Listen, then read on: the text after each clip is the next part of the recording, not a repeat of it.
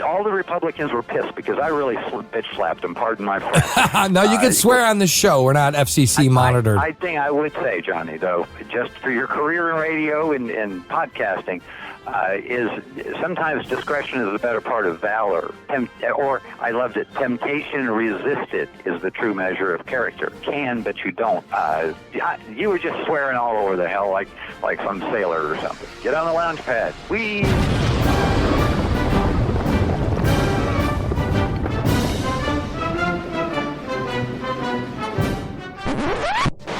Information is free. The law will put... There is hope.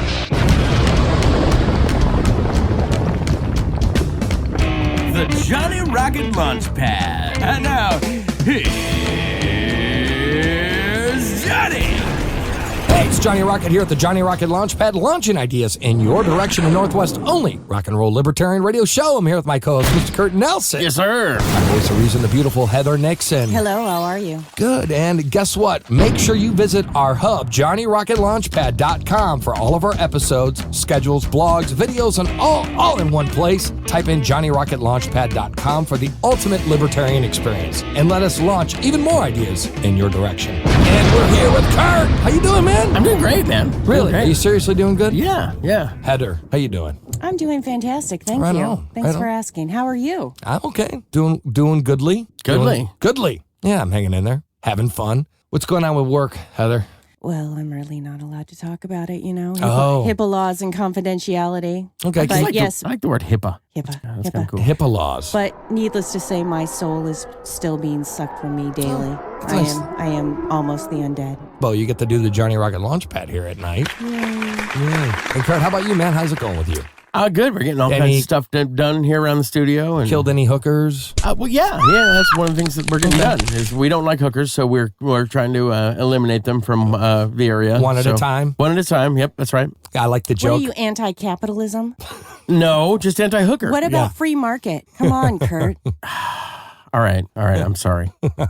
Anyway, so this is Johnny Rocket here at the Johnny Rocket Launchpad, always launching ideas in your direction. And this show, we have a special guest. We have a very special guest. Arizona gubernatorial candidate Barry J. Hess. He's from Michigan. He's a libertarian candidate, actually ran in Arizona in 2014, ran for office in 2002, 2006, and 2010, and ran for president in 2008. In U.S. Senate in 2000, earned his Bachelor of Arts in English from Fordham University, attended Seton Hall Law School, Franklin Pierce Law Center, and the University of New Hampshire, and he has two businesses, MLM Marketing, and his new project, StampZworth.com. He's the CEO and founder of that, and you can check that out at StampZulu, as in Z, Worth.com. And he's also an author of his book, The Peacemonger. Give it up for Mr. Barry J. Hess! Wow, that was overwhelming. I'm just going to have to get my feet back under me after that one. Right on. Well, I just, I found this online and I said, hey, I'm going to research this guy so I know what he's about. And so after, I really like what you have to say. You've been talking about liberty for at least 15, 16 years, as far back as the videos went. But you've been really all over this whole libertarian idea, and so are we. Let's start with the basics, man. How did you know you were a libertarian? Because I think this is the most coolest fucking story ever. Wait, I know what you're referring to. Well, actually, it's funny because I had just graduated from a major university with a poli-sci degree, and I was absolutely positive that I knew everything. Well, apparently I didn't know very much at all because I found myself working. I was my family, lifelong Republicans, very conservative up in New Hampshire. Okay. And I happened to work for a campaign for a former governor, and it was really interesting. A lot of people don't really even understand who he was. His name was John Conley. He was the former governor of Texas. Okay. Well, we rolled in our campaign into another campaign, which I was, from everything I had ever heard, was going to be a weak candidate, someone who had destroyed a state and all kinds of horrible things. And ultimately, his name is, well, I won't even tell you his name yet. But one day, we were sitting in the campaign where we were, a bunch of us talking, 3 or 4 of us, and the candidate came in, and I had made some remarks, and we were arguing and talking a little bit about how to shape a debate that was coming up. And I gave my opinion on a subject, and he looked at me all of a sudden. He was a big, tall guy, and he looked, I was sitting down, and he said, "Barry, you're not a Republican." And I'll tell you what, it literally stopped the blood from flowing in my body. Right. Because this guy was so cool. He never called anybody names. He didn't say an unkind word about people. He had a great sense of humor. And he looked at me and he said, "You're a libertarian." Okay. And I thought I had been the recipient of the first time this man had called anybody names, because I had no idea what that word meant. I had literally never heard it before. Right. And he's like, "Is he calling me a liberal?" Exactly. That's what I was thinking. But he must have seen the look on my face of absolute bewilderment. And he looked down and he said, "Because you don't back up on principle, not one iota." Okay. And he said, this was the part that just blew me away, because obviously I remember it. He said, "Because you hold government to the same standard of moral accountability as you would any individual." Okay. Now to this day, I'd say, and the problem is what? And his name obviously was Ronald Reagan. Very cool.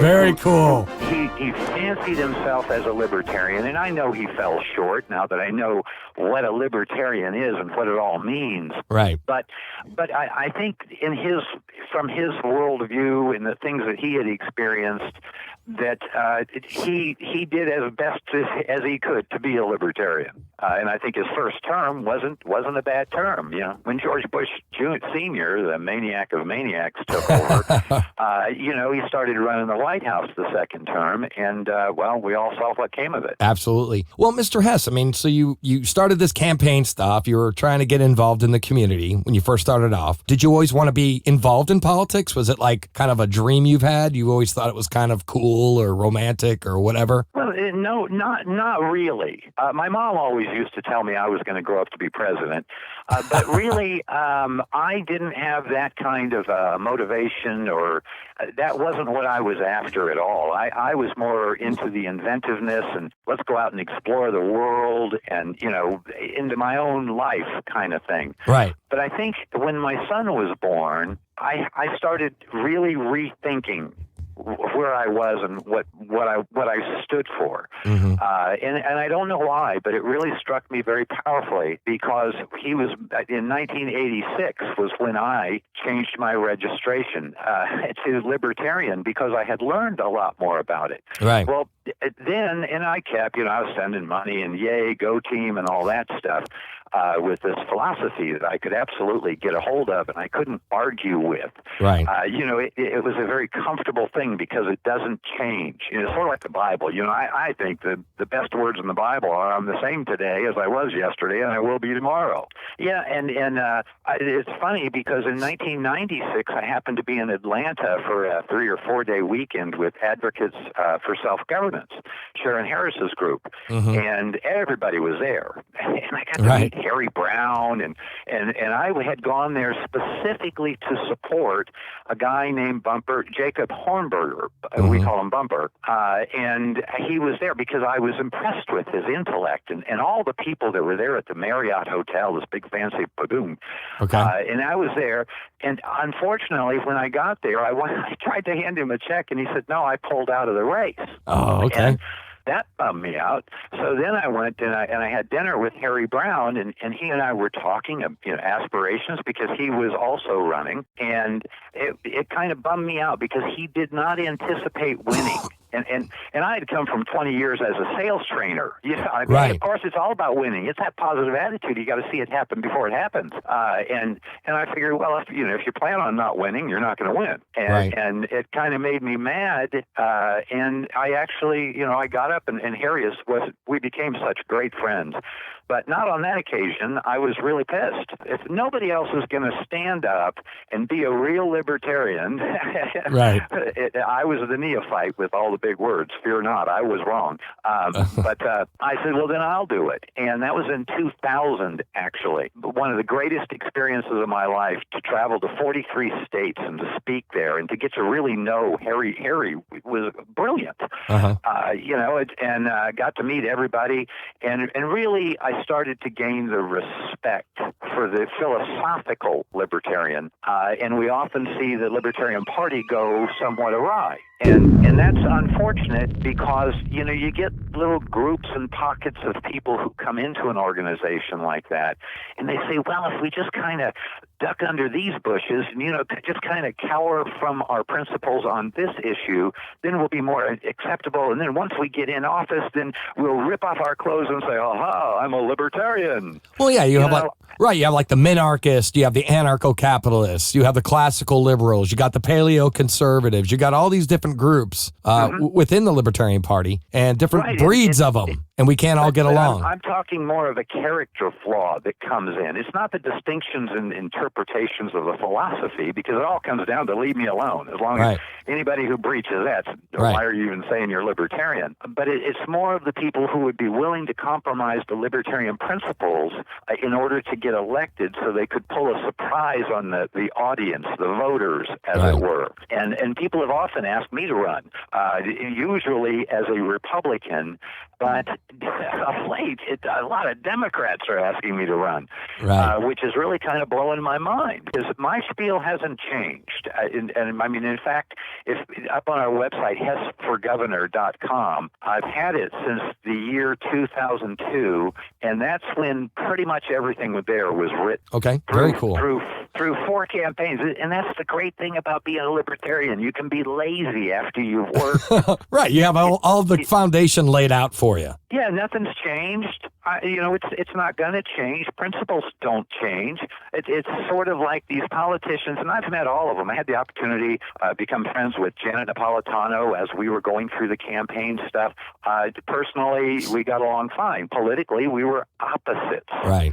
And that's the kind of maturity that I did not find in the Republican Party, that, they'll call you names if you don't agree with them exactly and specifically. Interesting. Or as many of them say, well, you guys are spoilers. Well, no, the guy who's spoiled, it's the guy who won. I have to hear that all the time, because I have a lot of Republican friends. And they're like, yeah, Johnny, I'm with you, man. I'm with you, man. Wait, whoa. What do you mean about drugs? What about the children, man? What about the children? And then, now I'm an outcast. I'm a spoiler. Then they just throw the libertarians into the liberal category immediately. Oh, yeah. They try to besmirch us, but at the same time, they try to steal our rhetoric. Right. Which is the irony involved. I mean, I've gotten off stage with congressmen, for crying out loud, who one used to tug on the back of my jacket as we were leaving the stage, and he goes, man, Barry, I wish I could say what you say. Right. And I go, well, I could just grow a spine. And he said to me, well, I'd lose votes. And I go, well, if that's what you're in this for, man, you're in the wrong game. Right. Or at least I'm in the wrong game then. Because exactly. I'm here to change people's minds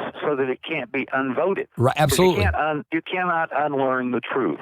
Mm-hmm. And that's the curse of libertarianism, is once you tune in and once you, as we say, get it, and you get the whole idea, there's no going back. Yeah, you get that aha moment. Nobody started out, or at least not, I didn't, and virtually nobody I knew started out aiming to become a libertarian.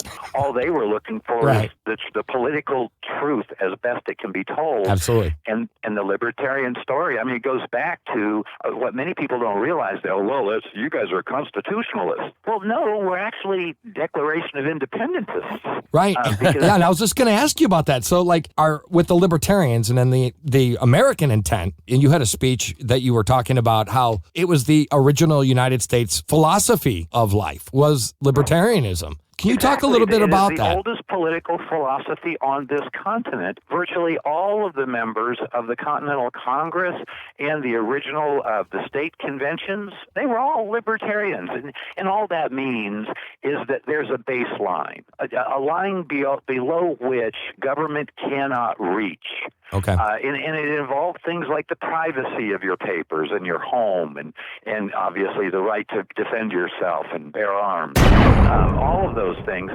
The only reason, those weren't the only rights. And people think that the rights come from, if they're not in the Constitution, then they don't exist. Right. Well, that's a bunch of crap, because the Constitution simply represents an organization that we set up. We call it government, and we hired a bunch of janitors. And that's how we should think of our government, Right. to clean up after us, Right. and to, to work around our individual rights, to get whatever job they're assigned done. And here nowadays we got elected royalty. Right. It's, No, it's absolutely. crazy. Absolutely. We've lost America in some sense, but you know who's saving it? It's the young ones. Right. It's the young ones, man. These kids, some of these college kids, because I love to go speak to colleges, and some of these kids, man, they will hold my feet to the fire. Oh no, you don't back up, mister. And it's really funny because I'm being intimidated by a kid who's, half my age, for crying out loud, but I can see He that knows his gets shit. it. Absolutely. Right. And I appreciate that, because these are the people that we hope to inspire, so that we can know our country, our government, is in good hands when we're too old and gray to do anything about it. Absolutely. There's another thing you had said on one of your speeches. You were talking about the difference between Republicans and Democrats. Wait a second. Is there any? You were saying there's just degrees, and it's a matter of percentages and degrees. That's the only difference. It's how much money we'll steal from you, how far into your bedroom and your family life will we delve, and how far into your kid's brain through the government welfare education system I will go. It's only a distinction of degrees, and what is so refreshing about libertarians, and I've met them from all over the world, and you have the cantankerous bunch of people who all know everything, of course. Uh-huh. And that's the interesting thing. Did you know that libertarians, they enjoy the highest intellectual and educational level of any political affiliation at any time, at any point in history? They used to call libertarians a bunch of old, what they say, white guys or something. Yeah, we're both we're rich white guys, rich straight white guys who do drugs. Well, and when I got into all this, it was, I said to one of the reporters, how come you can never write the word libertarian without an adjective, like wacky or crazy or, Right. It was always, there was always something in it. But the truth is, the reason that libertarianism just took strides against all the other parties as far as their membership's credibility and credentialing is because each of us, none of us was born into, now you guys may have been, none of us really was born into a libertarian household. Which is that's how I became a Republican. I was born into a Republican household. And so we had to take a conscious look, a study, and then make a very conscious and committed choice. Right. And this is where we ended up. So of course you're going to get the cream of the crop. These are the people who think about it. The average Republican or Democrat, they don't think about this. They think about what's for dinner. Exactly. I talked to a lot of our guests who are on the show, and my philosophy is, how can we solve these problems without government interference? Is there a way that we could do it with the free market instead of having the government involved? And that is the question. And that's the challenge, because sometimes it's not very easy for a lot of people to think outside the box. Absolutely. And one of the things they would hold us to is they say, well, but that's not perfect. And they think of some real drippy hypothetical circumstance, kind of cutting off all the corners on you. And they go, but here, look at the babies. It's the babies. Right.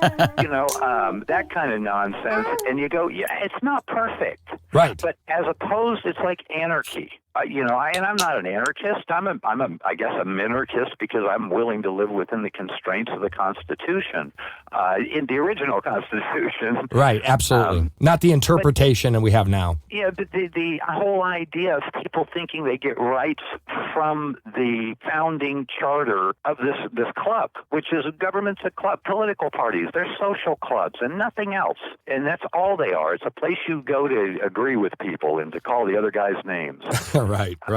That's all they do. Absolutely. And they're so perplexed because they'll see libertarians. I know when I walked into Democrat headquarters, oh my God, there's 50 people sitting on phones and cubbies and all that stuff.